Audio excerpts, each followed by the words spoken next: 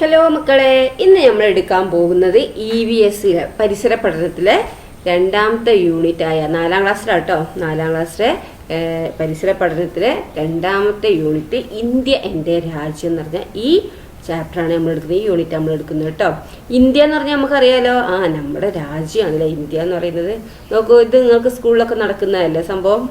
കണ്ടോ, ഫ്ലാഗൊക്കെ പിടിച്ച കുട്ടികൾ നിൽക്കുന്നത്. ഇവിടെ ഫ്ലാഗ് ഉയർത്തുന്നുണ്ട് അല്ലേ. പിന്നെന്താണ്, മഹാത്മാജീൻ്റെ വേഷത്തിൽ ഒരാൾ, അങ്ങനെ ഓരോരുത്തരുടെ വേഷത്തിൽ ഓരോരുത്തരൊക്കെ നിൽക്കുന്നത് കണ്ടില്ലേ നോക്കൂ. അപ്പോൾ ഇതെന്താ സംഭവം അറിയോ? തേജസിൻ്റെ സ്കൂളിൽ സ്വാതന്ത്ര്യ ദിനാഘോഷം നടക്കുകയാണ് കേട്ടോ. സാമൂഹ്യ ശാസ്ത്ര ക്ലബിൻ്റെ നേതൃത്വത്തിൽ വിവിധ പരിപാടികളും ആസൂത്രണം ചെയ്തിട്ടുണ്ട്. അപ്പോൾ തേജസിൻ്റെ സ്കൂളിൽ എന്താണ്, സ്വാതന്ത്ര്യ ദിനാഘോഷം നടക്കുകയാണ്. എന്നാ സ്വാതന്ത്ര്യ ദിനം? ഓഗസ്റ്റ് 15 അല്ലേ. അപ്പോൾ സ്വാതന്ത്ര്യ ദിനാഘോഷം നടക്കുകയാണ്. അപ്പോൾ സാമൂഹ്യ ശാസ്ത്ര ക്ലബിന്റെ നേതൃത്വത്തിൽ എന്താണ്, വിവിധ പരിപാടികളും ആസൂത്രണം ചെയ്തിട്ടുണ്ട് അല്ലേ.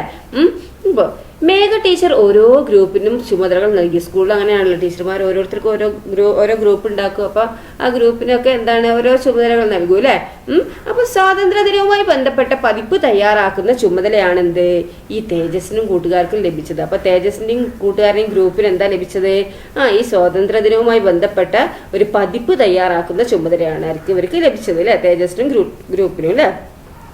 പതിപ്പിൽ ഉൾപ്പെടുത്തുന്നതിനുള്ള വിവരങ്ങൾ ശേഖരിക്കാൻ അവർ ഗ്രന്ഥശാല സന്ദർശിക്കാൻ തീരുമാനിച്ചു. അങ്ങനെ പതിപ്പ് തയ്യാറാക്കാനാണല്ലോ പറഞ്ഞല്ലേ. അപ്പൊ ഈ പതിപ്പിൽ എന്താണ് ഉൾപ്പെടുത്തുന്നതിനുള്ള എന്താണ്, വിവരങ്ങൾ വേണം അല്ലെ. അതിൽ എഴുതാൻ എന്തൊക്കെ വേണമെന്നൊക്കെ നമുക്ക് അറിയണ്ടേ. ആ വിവരങ്ങൾ ശേഖരിക്കാൻ അവരെന്താണ്, ലൈബ്രറിയിൽ സന്ദർശിക്കാൻ തീരുമാനിച്ചു. അവർ ഗ്രന്ഥശാല ലൈബ്രറിയിൽ സന്ദർശിക്കാൻ തീരുമാനിച്ചു. നിങ്ങളുടെ സ്കൂളിലൊക്കെ ലൈബ്രറി ഉണ്ടോ? അവിടെ പോകാൻ തീരുമാനിച്ചു അല്ലേ. അവരുടെ മുൻ അധ്യാപകനായ വിനയൻ മാഷാണ് ഗ്രന്ഥശാലയുടെ ലൈബ്രറിയൻ അല്ലേ. അപ്പൊ എന്താണ്, അവിടുത്തെ ഈ ലൈബ്രറിയൻ ആരാണ്? അവിടുത്തെ നോക്കുന്ന ആളാരാണ്? അവിടുത്തെ മുൻ അധ്യാപകൻ, ആദ്യം പഠിപ്പിച്ചൊരു മാഷായിരുന്നു വിനയൻ മാഷാണ് അവിടുത്തെ ലൈബ്രറിയൻ. കുട്ടികൾ മാഷിനോട് ഗ്രന്ഥശാല സന്ദർശനത്തിന്റെ ഉദ്ദേശം വ്യക്തമാക്കി. അപ്പോൾ കുട്ടികൾ എന്താക്കി, മാഷിനോട് പറഞ്ഞ് ഞങ്ങൾക്ക് ഇങ്ങനെ പതിപ്പ് തയ്യാറാക്കാനാണ് എന്നൊക്കെ പറഞ്ഞ് അല്ലേ, ഞങ്ങൾ എന്തിനാണ് ഇങ്ങോട്ട് വന്നതെന്നുള്ള കാര്യം വ്യക്തമാക്കി.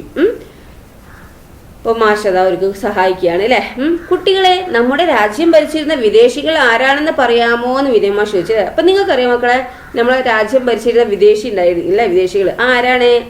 ബ്രിട്ടീഷുകാർ അല്ലേ. ഭവ്യ ആവേശത്തോടെ പറഞ്ഞില്ലേ, മിടുക്കി.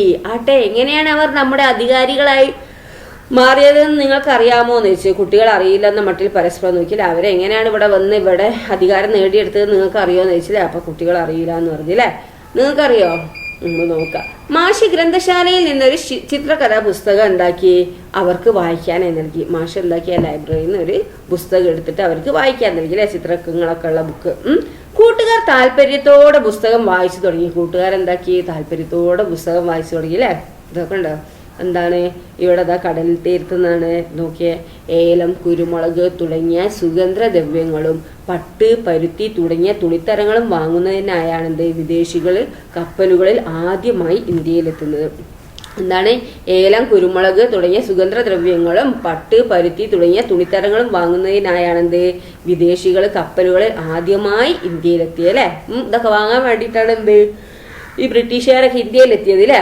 പതിയെ എന്താക്കി, അവർ രാജാക്കന്മാരിൽ നിന്ന് പ്രത്യേക ആനുകൂല്യങ്ങൾ നേടിയെടുത്ത് ഇവിടെ വ്യവസായശാലകൾ സ്ഥാപിച്ചില്ല. അവരെ പതിയെ എന്താക്കി, അവർ രാജാക്കന്മാരിൽ നിന്ന് പ്രത്യേക ആനുകൂല്യങ്ങളൊക്കെ വാങ്ങിയില്ല. എന്നിട്ട് ഇവിടെ എന്താക്കി, വ്യവസായശാലകൾ സ്ഥാപിച്ചു. ഇന്ത്യയിലെ വിവിധ പ്രദേശങ്ങളിലെ രാജാക്കന്മാർ പരസ്പരം ശത്രുക്കളായി പോരടിച്ചു നിന്നിരുന്നതിനാൽ വിദേശികൾക്ക് എളുപ്പത്തിൽ അവരുടെ ശക്തി വർദ്ധിപ്പിക്കാൻ കഴിഞ്ഞു അല്ലെ. ഇന്ത്യയിലെ വിവിധ പ്രദേശങ്ങളിൽ രാജാക്കന്മാർ എന്താക്കി, അങ്ങോട്ടും ഇങ്ങോട്ടും ഒക്കെ ശത്രുക്കളെ ഇനി അവർ പോരടിച്ചു നിന്നതിനാൽ എന്തായി, വിദേശികൾക്ക് എന്താക്കി, അവരുടെ ശക്തി വർദ്ധിപ്പിക്കാൻ ഇവിടെ കഴിഞ്ഞു അല്ലെ.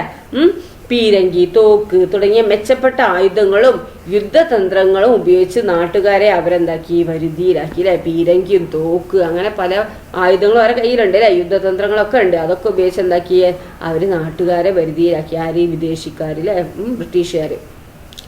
ക്രമേണ കൃഷിയും കച്ചവടവും രാജാക്കന്മാരും അവരുടെ നിയന്ത്രണത്തിലായി. അങ്ങനെ എന്താക്കി, ക്രമേണ ഈ കൃഷിയും കച്ചവടവും രാജാക്കന്മാരൊക്കെ എന്തായി, ബ്രിട്ടീഷുകാരുടെ നിയന്ത്രണത്തിലായി. നാട്ടുരാജ്യങ്ങൾ അവർ പിടിച്ചെടുത്തില്ല. നാട്ടുരാജ്യങ്ങളൊക്കെ എന്താക്കി, ബ്രിട്ടീഷുകാർ പിടിച്ചെടുത്തു. കാലങ്ങൾ കൊണ്ട് ഇന്ത്യയുടെ മുഴുവൻ പ്രദേശങ്ങളിലും ബ്രിട്ടീഷുകാർ എന്താക്കി ആധിപത്യം നേടി അല്ലെ. അങ്ങനെ കുറച്ച് വർഷം കൊണ്ട് എന്താക്കി ആദ്യം ചെറിയ ചെറിയ രാജ്യങ്ങളൊക്കെ അവർ പിടിച്ചെടുത്ത് പിന്നെ എന്താക്കി മൊത്തമായിട്ടാണ് പിടിച്ചെടുത്തില്ല. കാലം കൊണ്ട് ഇന്ത്യയുടെ മുഴുവൻ പ്രദേശവും എന്താക്കി ബ്രിട്ടീഷുകാർ പിടിച്ചെടുത്തിൽ ആധിപത്യം നേടി. പിന്നീടുള്ള 200ഓളം വർഷം ഇന്ത്യ അവരുടെ അധീനതയിലായിരുന്നു അല്ലെ. പിന്നീടുള്ള 200ഓളം വർഷത്തിന് എന്താണ് ഇന്ത്യ അവരുടെ ഭരണത്തിലായിരുന്നു അല്ലെ. ചിത്രകഥ വായിച്ചല്ലോ, ഇനി എൻ്റെ ചോദ്യങ്ങൾക്ക് ഉത്തരം പറയൂ മാഷ് തുടർന്നില്ല. അപ്പൊ ചിത്രകഥ വായിച്ചല്ലോ, ഇനി നിങ്ങൾ ഇതിന്റെ ചോദ്യത്തിന് ഉത്തരം പറയണമെന്ന് മാഷ് പറഞ്ഞില്ലേ. മാഷിന്റെ ചോദ്യങ്ങൾക്ക് നിങ്ങളും ഉത്തരം കണ്ടെത്തൂ. അപ്പൊ മാഷിന്റെ ചോദ്യങ്ങൾക്ക് നിങ്ങൾ ഉത്തരം പറയാ കേട്ടോ. മാഷ് ചോദിക്കുന്ന ചോദ്യം ഇതാണ്, അപ്പൊ ഞാൻ ചോദിക്കുകയാണ്, നിങ്ങൾ ഉത്തരം പറയാ കേട്ടോ. വിദേശികൾ ഇന്ത്യയിൽ എത്തിയത് എന്തിനു വേണ്ടിയായിരുന്നു? വിദേശികൾ ഇന്ത്യയിലെത്തി എന്തിനു വേണ്ടിയായിരുന്നു? അത് അവിടെ ഉണ്ടല്ലേ, ഫസ്റ്റത്തേൽ തന്നെ പറയുന്നുണ്ടല്ലേ. ഏലം, കുരുമുളക് തുടങ്ങിയ സുഗന്ധദ്രവ്യങ്ങളും പട്ട്, പരുത്തി തുടങ്ങിയ തുണിത്തരങ്ങളും വാങ്ങുന്നതിനായാണ് വിദേശികൾ കപ്പലുകളിൽ ആദ്യമായി ഇന്ത്യയിലെത്തിയല്ലേ. ഓക്കെ, ഇനി വിദേശികൾക്ക് ഇന്ത്യയിൽ അധികാരം സ്ഥാപിക്കാൻ എളുപ്പത്തിൽ കഴിഞ്ഞത് എങ്ങനെയാണ്? എങ്ങനെയാ കഴിഞ്ഞത്? ഇന്ത്യയിലെ വിവിധ പ്രദേശങ്ങളിലെ രാജാക്കന്മാർ പരസ്പരം ശത്രുക്കളായി പോരടിച്ച് നിന്നിരുന്നതിനാൽ എന്താണ് വിദേശികൾക്ക് എളുപ്പത്തിൽ അവരുടെ ശക്തി വർദ്ധിപ്പിക്കാൻ കഴിഞ്ഞില്ലേ.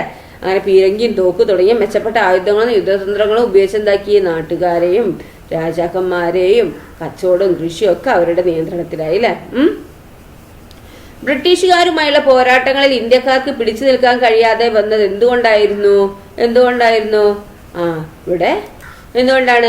പീരങ്കി, തോക്ക് തുടങ്ങിയ മെച്ചപ്പെട്ട ആയുധങ്ങളും യുദ്ധതന്ത്രങ്ങളും അവർക്ക് ഉണ്ടായിരുന്നു അല്ലേ. അങ്ങനെയൊക്കെ ഉപയോഗിച്ചിട്ടാണ് എന്താക്കിയത് അവര് പോരടിക്കാൻ നിന്നത് അല്ലേ. അപ്പൊ നമുക്ക് പിടിച്ചു നിൽക്കാൻ കഴിഞ്ഞില്ല. ഇനി നോക്കൂ, ബ്രിട്ടീഷുകാർക്കെതിരായ പോരാട്ടങ്ങൾ. ഇനി ബ്രിട്ടീഷുകാർ ഇപ്പൊ നമ്മളെ ഇന്ത്യയിൽ വന്ന് ഒരിവിടെ നമ്മുടെ ഭരിക്കാൻ തുടങ്ങിയില്ലേ. അപ്പൊ അവര് നമ്മളെ നന്നായി അടിമപ്പണിയൊക്കെ ചെയ്യിപ്പിച്ചു നന്നായിട്ട്. അതായത് അവരെ വരുതിയിൽ അവരെ ഇഷ്ടത്തിനായി കാര്യങ്ങളൊക്കെ. അപ്പൊ നമുക്കൊരു വിലയും നിലയൊന്നും ഇല്ലാതായി അല്ലെ. അങ്ങനെ എന്താക്കി ബ്രിട്ടീഷുകാർക്കെതിരെ പോരാടാൻ ആൾക്കാർ തീരുമാനിച്ചു അല്ലെ. അപ്പൊ ബ്രിട്ടീഷുകാർക്കെതിരായിട്ടുള്ള പോരാട്ടങ്ങൾ എന്താ നോക്കാം. ബ്രിട്ടീഷുകാരുടെ ഭരണത്തിൽ നമ്മുടെ രാജ്യത്തെ ജനങ്ങൾ വളരെയധികം പ്രയാസം അനുഭവിച്ചു അല്ലേ മാഷേന്ന് നീന ചോദിച്ചില്ലേ. അതെ, പൊറുതിമുട്ടിയ ജനം വിവിധ സ്ഥലങ്ങളിൽ ബ്രിട്ടീഷുകാർക്കെതിരായ സമരങ്ങൾക്ക് തുടക്കമിട്ടു. നിയമങ്ങൾ ലംഘിച്ചും നിസ്സഹകരണം പ്രഖ്യാപിച്ചും ജാഥകൾ സംഘടിപ്പിച്ചും അവർ പ്രതിഷേധിച്ചു അല്ലെ. അപ്പൊ എന്താണ് പൊറുതിമുട്ടിയ ജനം എന്താക്കി വിവിധ സ്ഥലങ്ങളിൽ ബ്രിട്ടീഷുകാർക്കെതിരായിട്ട് സമരങ്ങൾക്ക് തുടക്കമിട്ടു അല്ലെ. നിയമങ്ങൾ ലംഘിച്ചും നിസ്സഹകരണം പ്രഖ്യാപിച്ചും ജാഥകൾ സംഘടിപ്പിച്ചും അവരെന്താക്കി പ്രതിഷേധിച്ചു അല്ലെ. ഇത്തരം പ്രതിഷേധങ്ങളല്ലേ മാഷെ സ്വാതന്ത്ര്യ സമരം എന്ന പേരിൽ അറിയപ്പെടുന്നത്? ഉടൻ വന്ന് നവീനിന്റെ സംശയം അല്ലെ.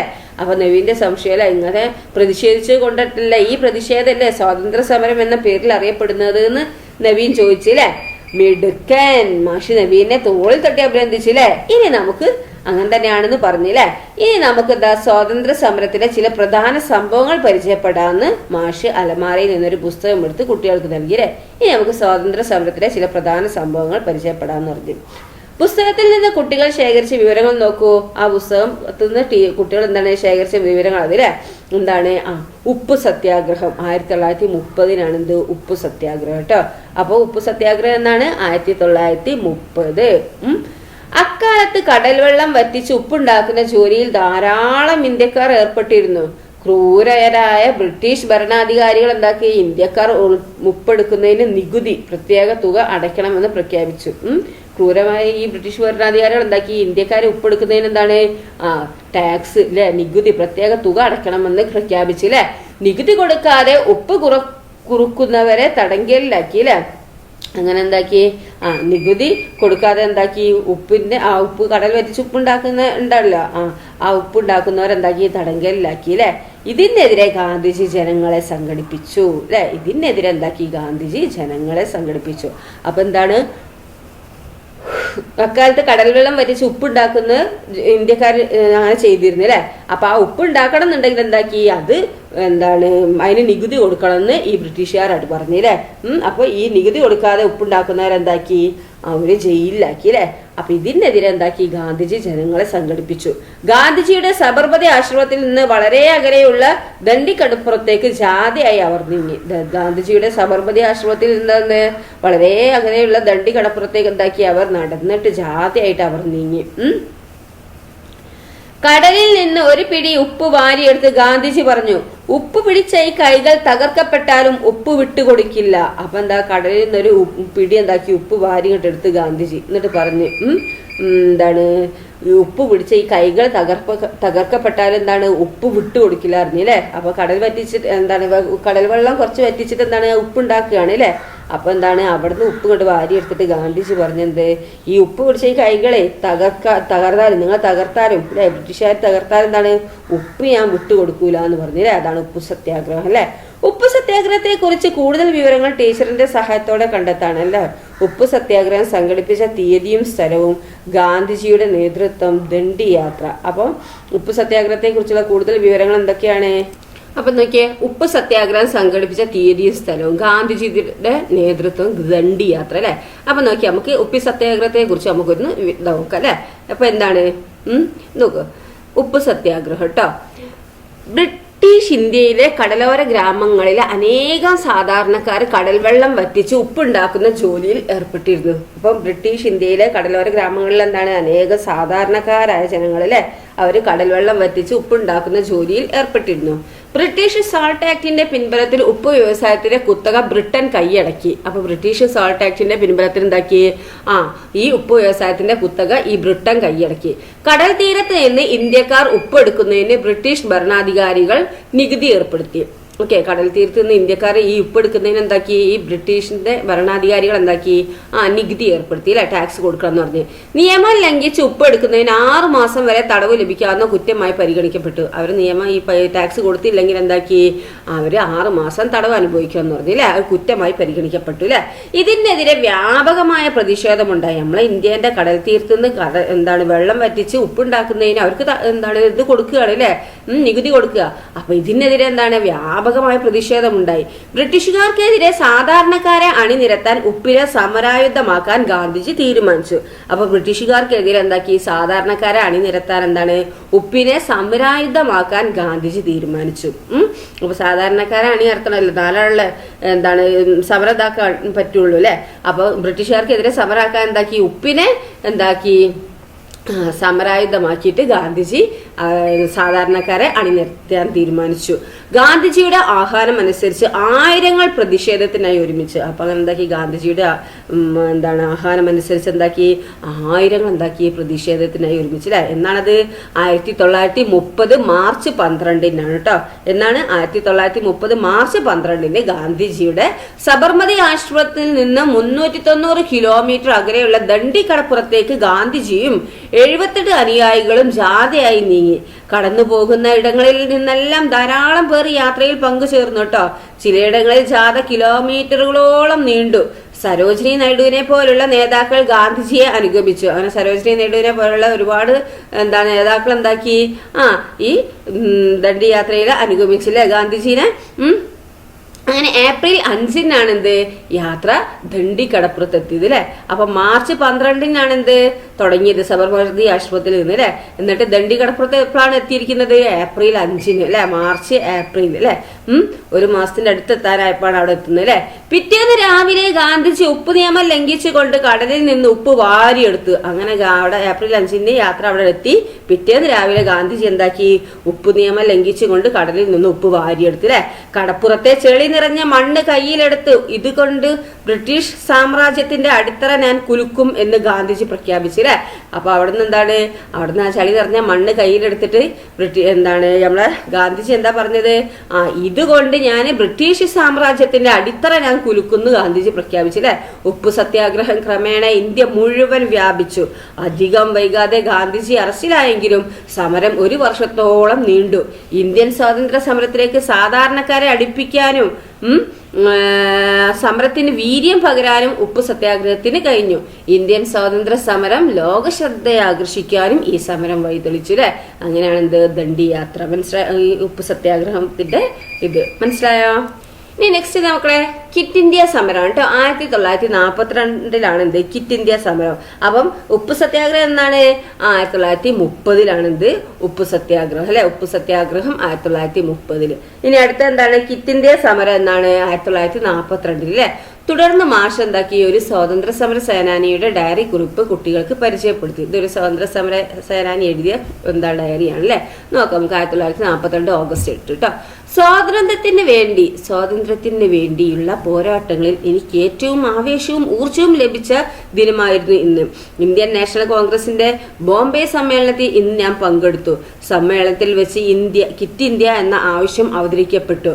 ഇന്ത്യ വിടുക എന്നാണത്ര ഈ മുദ്രാവാക്യത്തിന്റെ അർത്ഥം. ക്വിറ്റ് ഇന്ത്യ പറഞ്ഞാൽ എന്താ? ഇന്ത്യ വിടുക അല്ലെ. ബ്രിട്ടീഷുകാർ ഇന്ത്യ വിടുക എന്നാണ് ക്വിറ്റ് ഇന്ത്യ എന്നുള്ളതിന്റെ അർത്ഥം അല്ലെ. അപ്പം ഇതൊരു മുദ്രാവാക്യാണ് അല്ലെ. സ്വാതന്ത്ര്യത്തിന് വേണ്ടിയുള്ള ഏറ്റവും ശക്തിയാർന്ന സമരമായിരിക്കണം ഇതെന്ന് ഗാന്ധിജി ഞങ്ങളെ ഓർമ്മിപ്പിച്ചു അല്ലെ. സ്വാതന്ത്ര്യത്തിന് വേണ്ടിയുള്ള ഏറ്റവും ശക്തിയായ സമരമായിരിക്കണം ഇതെന്ന് ഗാന്ധിജി എന്താക്കി ഞങ്ങളെ ഓർമ്മിപ്പിച്ചു. പ്രവർത്തിക്കുക അല്ലെങ്കിൽ മരിക്കുക അതാണ് എന്ന് ബാപ്പുജി എല്ലാവരോടും ആഹ്വാനം ചെയ്തു അല്ലെ. പ്രവർത്തിക്കുക അല്ലെങ്കിൽ മരിക്കുക എന്ന് ബാപ്പുജി എല്ലാവരോടും ആഹ്വാനം ചെയ്തു. ഇത് കേട്ട് ഞാൻ അറിയാതെ എഴുന്നേറ്റ് നിന്ന് മുഷ്ടി ചുരുട്ടി മുദ്രാവാക്യം വിളിച്ചുപോയി, ക്വിറ്റ് ഇന്ത്യ, ക്വിറ്റ് ഇന്ത്യ എന്ന്. ഓക്കെ, ഗാന്ധിജിയുടെ ആഹ്വാനം അനുസരിച്ച് ആയിരങ്ങൾ സമരത്തിൽ പങ്കെടുത്തിട്ടുണ്ടാകുമല്ലോ മാഷെ, തേജസ് ചോദിച്ചു അല്ലെ. ഗാന്ധിജിയുടെ ആഹ്വാനം അനുസരിച്ച് എന്താണ് ആയിരങ്ങൾ സമരത്തിൽ പങ്കെടുത്തിട്ടുണ്ടാകുമല്ലോ മാഷെ എന്ന് ചോദിച്ചു അല്ലെ. തീർച്ചയായും ഈ സമരത്തിന്റെ മുദ്രാവാക്യം ഇന്ത്യയിലെങ്ങും മുഴങ്ങി കേട്ടു. ഇത് ജനങ്ങൾക്ക് കൂടുതൽ ശക്തി പകർന്നു. മാഷി പറഞ്ഞില്ലേ. തീർച്ചയായും ഈ സമരത്തിന്റെ മുദ്രാവാക്യം എന്താണ്? ഇന്ത്യയിലെങ്ങും മുഴങ്ങി കേട്ടില്ലേ. ക്വിറ്റ് ഇന്ത്യ, ക്വിറ്റ് ഇന്ത്യ എന്നുള്ളതല്ലേ. ഇത് ജനങ്ങൾക്ക് കൂടുതൽ ശക്തി പകർന്നു. മാഷി പറഞ്ഞില്ലേ. ക്വിറ്റ് ഇന്ത്യ സമരത്തെ കുറിച്ച് താഴെ പറയുന്ന വിവരങ്ങൾ ക്ലാസ് ലൈബ്രറിയുടെ സഹായത്തോടെ ശേഖരിച്ച് കുറിപ്പ് തയ്യാറാക്കാനാണ് പറഞ്ഞത്. ക്വിറ്റ് ഇന്ത്യ ദിനം എന്നാന്നും നേതൃത്വം നൽകിയവർ എന്നാന്നും സമരത്തിന്റെ ഫലം എന്താന്നൊക്കെ നിങ്ങൾ എന്താക്കുക കുറിപ്പ് ഉണ്ടാക്കാനാ പറഞ്ഞത്. അപ്പൊ ക്വിറ്റ് ഇന്ത്യ ദിനം എന്താണ്? ഓഗസ്റ്റ് 8 1942 ഓഗസ്റ്റ് 8 ക്വിറ്റ് ഇന്ത്യ ദിനം അല്ലെ. അതിൽ നേതൃത്വം നൽകിയവർ ആരൊക്കെയാണ്? പ്രസ്ഥാനത്തിന്റെ നേതാവായി ഗാന്ധിജിയെ തെരഞ്ഞെടുത്തു. ജവഹർലാൽ നെഹ്റു, മൗലാന ആസാദ്, സർദാർ വല്ലഭായ് പട്ടേൽ, ഡോക്ടർ രാജേന്ദ്ര പ്രസാദ് എന്നിവർ ഗാന്ധിജിക്ക് പിന്തുണ നൽകി നേതൃത്വത്തിലേക്ക് എത്തി അല്ലെ. അപ്പൊ മുദ്രാവാക്യം എന്താണ്? പ്രവർത്തിക്കുക അല്ലെങ്കിൽ മരിക്കുക അല്ലെ. ഇതാണെന്ത് മുദ്രാവാക്യം. പിന്നെ ഈ ക്വിറ്റ് ഇന്ത്യ മുദ്രാവാക്യം ആദ്യം ഉയർത്തിയ ആരാണ്? കോൺഗ്രസ് സോഷ്യലിസ്റ്റ് പാർട്ടി നേതാവായിരുന്ന യൂസഫ് മെഹ്റലിയാണ് എന്ത് ക്വിറ്റ് ഇന്ത്യ മുദ്രാവാക്യം ആദ്യം ഉയർത്തിയത്. അതിന്റെ ഫലം എന്താണ്? അനേകം പുതിയ നേതാക്കൾ ഉദയം ചെയ്തു. പിന്നെ സമരക്കാരുടെ ആവശ്യങ്ങൾക്ക് വഴങ്ങാൻ എന്താക്കി? ബ്രിട്ടീഷ് ഭരണകൂടം നിർബന്ധിതരായി അല്ലെ. നെക്സ്റ്റ് എന്താ നോക്കൂ, സ്വാതന്ത്ര്യ സമരം കേരളത്തിലും അല്ലെ. അപ്പോൾ കേരളത്തിലും ധാരാളം സമരങ്ങൾ നടത്തിയിട്ടുണ്ടാകുമല്ലോ മാഷേ, നവീൻ ചോദിച്ചില്ല. അപ്പൊ കേരളത്തിലും ഉണ്ടാകുമല്ലോ എന്ന് പറഞ്ഞില്ലേ. ഗാന്ധിജിയുടെ നേതൃത്വത്തിലുള്ള സ്വാതന്ത്ര്യ സമരങ്ങളുടെ ആവേശം കേരളത്തിലും അലയടിച്ചു അല്ലെ. കണ്ണൂരിലെ പയ്യന്നൂർ കടപ്പുറത്തും ഉപ്പ് നിയമം ലംഘിക്കപ്പെട്ടു. അപ്പൊ കണ്ണൂരിലെ പയ്യന്നൂർ കടപ്പുറത്ത് എന്താണ്? ഉപ്പ് നിയമം ലംഘിക്കപ്പെട്ടു. സമരത്തിന്റെ നേതാവായി പ്രവർത്തിച്ചത് എന്താണ്? കെ കേളപ്പനായിരുന്നു അല്ലെ. ഇയാളാണ് അല്ലെ കെ കേളപ്പൻ. ഇദ്ദേഹമായിരുന്നു എന്ത് ഇവിടെ കണ്ണൂരിലെ പയ്യന്നൂർ കടപ്പുറത്ത് സമരത്തിന്റെ നേതാവായി പ്രവർത്തിച്ചത് കെ കേളപ്പനായിരുന്നു അല്ലെ. പിന്നീട് അദ്ദേഹത്തെ എല്ലാവരും എന്താ വിളിച്ചത്? കേരള ഗാന്ധി എന്ന് വിളിച്ചത്. അപ്പൊ കേരള ഗാന്ധി ആരാണ്? കെ കേളപ്പൻ കേട്ടോ. കേരള ഗാന്ധി എന്ന് വിളിച്ചത് ആരെയാണ്? കെ കേളപ്പനെ. ഓക്കെ, കേരളത്തിൽ സമരങ്ങൾക്ക് നേതൃത്വം കൊടുത്ത് മറ്റുള്ളവർ ആരൊക്കെയായിരുന്നു മാഷേ? അപ്പൊ കേരളത്തിലെ സമരങ്ങൾക്ക് നേതൃത്വം കൊടുത്ത് വേറെ ആൾക്കാരുണ്ടല്ലോ, അതൊക്കെ ആരായിരുന്നു മാഷേന്ന് കുട്ടികൾക്ക് കൂടുതൽ അറിയണമെന്നായി അല്ലെ. അപ്പൊ 100 കണക്കിന് പേരുണ്ട് കേട്ടോ. T K Madhavan, K P Kesava Menon, Muhammad Abdurahiman, A K Gopalan, Akkamma Cherian, Kuttimalu Amma തുടങ്ങിയ അനേകം ആളുകൾ മാഷു ഓർമ്മിച്ചെടുത്ത് പറഞ്ഞു. മാഷ് പറഞ്ഞ വിവരങ്ങളെല്ലാം കുട്ടികൾ കുറിച്ചെടുത്തു അല്ലെ. സ്വാതന്ത്ര്യത്തിന് വേണ്ടി കേരളത്തിൽ നടന്ന പ്രധാന സമരങ്ങൾ ഏതൊക്കെയാണെന്ന് നിങ്ങൾ അന്വേഷിച്ച് എഴുതുക. ഒന്ന് മലബാർ കലാപമാണ്. അപ്പൊ ഏതൊക്കെയാണ്? മലബാർ കലാപം, പിന്നെ വൈക്കം സത്യാഗ്രഹം, പിന്നെ ഉപ്പ് സത്യാഗ്രഹം, പിന്നെന്താണ് ഗുരുവായൂർ സത്യാഗ്രഹം. ഓക്കെ, ഇനി സ്വാതന്ത്ര്യ സമര നേതാക്കൾ ആരൊക്കെയാ നോക്കുക. മഹാത്മാഗാന്ധി അല്ലെ. ഇന്ത്യയിലെമ്പാടുമുള്ള സ്വാതന്ത്ര്യ സമരക്കാർക്ക് പ്രചോദനമായ നേതാവ് ആരായിരുന്നെന്ന് നിങ്ങൾക്കറിയാമോ കുട്ടികളെ എന്ന് ചോദിച്ചു അല്ലെ. അപ്പൊ ആരാണ്? ഗാന്ധിജി അല്ലെ. മാഷിന്റെ ചോദ്യവും കുട്ടികളുടെ ഉത്തരവും ഒരുമിച്ചായിരുന്നു അല്ലെ. നിങ്ങൾക്കറിയാലോ. ഇന്ത്യയിലെമ്പാടുമുള്ള സ്വാതന്ത്ര്യ സമരക്കാർക്ക് പ്രചോദനമായ നേതാവ് ആരാ? നമ്മുടെ ഗാന്ധിജിയാണ് അല്ലെ. ഗാന്ധിജി ആരാണ്? നമ്മുടെ രാഷ്ട്രപിതാവാണ്. പിന്നെ അദ്ദേഹത്തെ നമ്മൾ വിളിക്കുന്നത് അല്ലെ. അദ്ദേഹമാണ് എന്ത് നമ്മളെ ഇന്ത്യക്ക് സ്വാതന്ത്ര്യം വാങ്ങി തരാൻ മുൻപന്തിയിൽ നിന്ന നേതാവ് അല്ലെ. ഒട്ടനേകം നേതാക്കളുണ്ട്. എന്നാലും മെയിൻ ആരാണ്? നമ്മളെ മഹാത്മാഗാന്ധിജിയാണ് അല്ലെ. ഗാന്ധിജി മാഷിന്റെ ചോദ്യം കുട്ടികൾ ഒരുമിച്ചായിരുന്നു അല്ലെ, കുട്ടികളുടെ ഉത്തരവ് ഒരുമിച്ചായിരുന്നു. ഗ്രന്ഥശാലയിലെ പുസ്തകങ്ങളിൽ നിന്ന് ഗാന്ധിജിയെ കുറിച്ച് കുട്ടികൾ എന്താണ് ശേഖരിച്ച വിവരങ്ങൾ വായിക്കാൻ നോക്കിയേ. എന്താണ്? ഗുജറാത്തിലെ പോർബന്ദറിലാണ് ഗാന്ധിജി ജനിച്ചത് അല്ലെ. മോഹൻദാസ് കരംചന്ദ് ഗാന്ധി എന്നായിരുന്നു യഥാർത്ഥ പേര്. അദ്ദേഹത്തിന്റെ പേരെന്താണ്? മോഹൻദാസ് കരംചന്ദ് ഗാന്ധി അല്ലെ. ദക്ഷിണാഫ്രിക്കയിലെ വക്കീലുദ്യോഗം ഉപേക്ഷിച്ച് എന്താണ് തിരികെ ഇന്ത്യയിലെത്തി അദ്ദേഹം എന്താണ് സ്വാതന്ത്ര്യ സമരത്തിൽ പങ്കുചേർന്നു അല്ലെ. ലളിതമായ ജീവിതവും ഉയർന്ന ചിന്തയും കൃത്യമായ ഇടപെടലും കൊണ്ട് വളരെ പെട്ടെന്ന് അദ്ദേഹം ഇന്ത്യയുടെ നേതാവായി ഉയർന്നു അല്ലെ. സത്യവും അഹിംസയും അദ്ദേഹത്തിന്റെ വാക്കിലും പ്രവൃത്തിയിലും തെളിഞ്ഞു നിന്നു. കുട്ടികൾ അദ്ദേഹത്തെ ബാപ്പുജി എന്ന സ്നേഹത്തോടെ വിളിച്ചില്ലേ. കുട്ടികൾ എന്താണ് അദ്ദേഹത്തെ ബാപ്പുജി സ്നേഹത്തോടെ വിളിച്ചില്ലേ. ചമ്പാരൻ സമരം, നിസ്സഹകരണ സമരം, ചമ്പാരൻ സമരം 1917, നിസ്സഹകരണ സമരം 1920, ഉപ്പ് സത്യാഗ്രഹം 1930, ക്വിറ്റ് ഇന്ത്യ സമരം 1942 തുടങ്ങിയവയ്ക്കൊക്കെ അദ്ദേഹം എന്താണ് നേതൃത്വം നൽകിയില്ലേ. ഓക്കെ, ദെൻ ഗാന്ധിജിയെ കുറിച്ച് കൂടുതൽ വിവരങ്ങൾ എന്താക്കുക? നിങ്ങൾ സ്കൂൾ ലൈബ്രറിയുടെ സഹായത്തോടെ ശേഖരിച്ച് ചെറിയ വിവരണം തയ്യാറാക്കുക കേട്ടോ. സംഘങ്ങളായി ഗാന്ധി പതിപ്പ് തയ്യാറാക്കുകയും ചെയ്യുക. അപ്പൊ എന്താണ് ഗാന്ധിജിയുടെ ജന്മസ്ഥലം എവിടെയാണ്? പോർബന്ദറിലാണ് അല്ലെ. ജനനം എന്നാണ്? ഗുജറാത്തിലെ പോർബന്ദറിലാണ് ജനിച്ച സ്ഥലം അല്ലെ. ജനനം എന്നാ. അതുപോലെ എന്താണ് ഗാന്ധിജിയും സ്വാതന്ത്ര്യ സമരവും, സമരരീതി, മാതാപിതാക്കൾ, ആത്മകഥ, ജീവിത രീതി, സ്വഭാവ ഗുണങ്ങൾ, അതൊക്കെ എന്താണ് അതൊക്കെ നിങ്ങൾ ഒരു സംഘങ്ങളായിട്ട് ഗാന്ധി പതിപ്പ് തയ്യാറാക്കാനാണ് പറഞ്ഞത്. അപ്പൊ നോക്കിയേ, ഗുജറാത്തിലെ പോർബന്ദറിൽ 1869 ഒക്ടോബർ 2 മോഹൻദാസ് കരംചന്ദ് ഗാന്ധി ജനിച്ചത് അല്ലെ. അന്നാട്ടിലെ ദിവാനായിരുന്ന കരംചന്ദ് ഗാന്ധിയും പുത്ലിബായുമായിരുന്ന ഗാന്ധിയുടെ മാതാപിതാക്കൾ.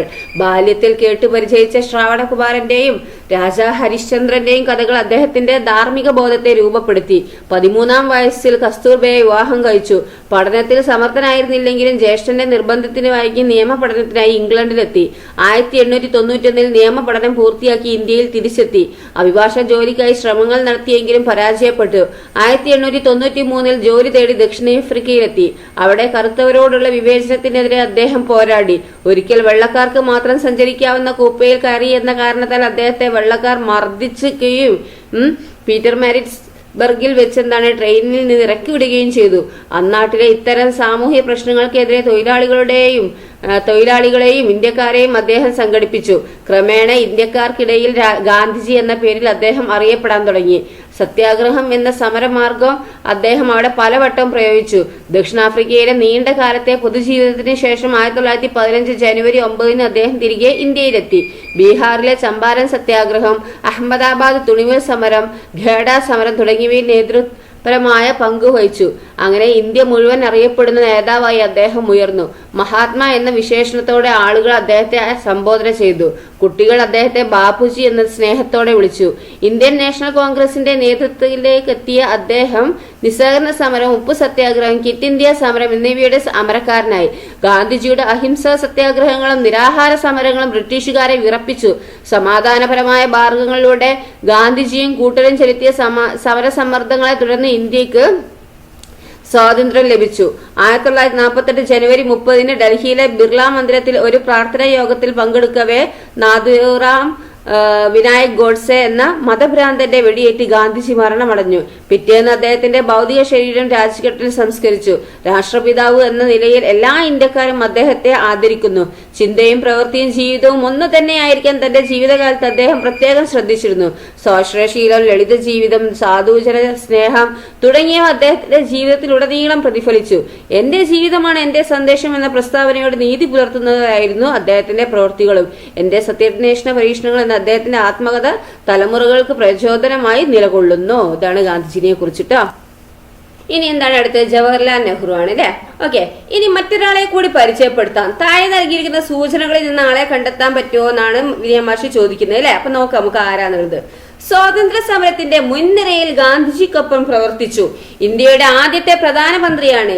ഇന്ത്യ സ്വാതന്ത്ര്യം നേടിയ വിവരം പ്രഖ്യാപിച്ചത് ഇദ്ദേഹമാണ്.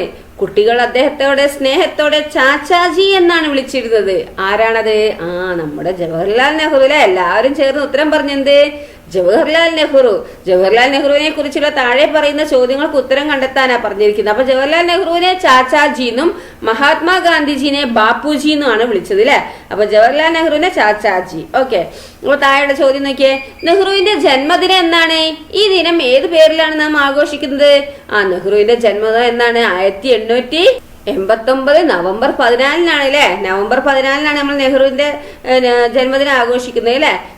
എന്താണ് ചിൽഡ്രൻസ് ഡേ എന്നൊക്കെ പറയില്ലേ, നമ്മള് കുട്ടികളുടെ ദിനം എന്നൊക്കെ പറയുന്നത് എന്താണ്? നെഹ്റുവിന്റെ ജന്മദിനാണ് അല്ലെ.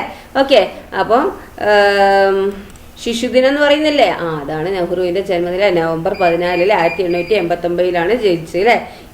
ഇതിനെ ഏത് പേരിലാണ് ആഘോഷിക്കുന്നത്? ശിശുദിനം അല്ലെ. പിന്നെ നെഹ്റുവിന്റെ ആത്മകഥയുടെ പേരെന്താണ്?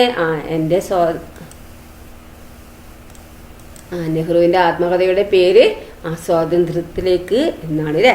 ഓക്കെ, ദെൻ നെക്സ്റ്റ് എന്താണ്?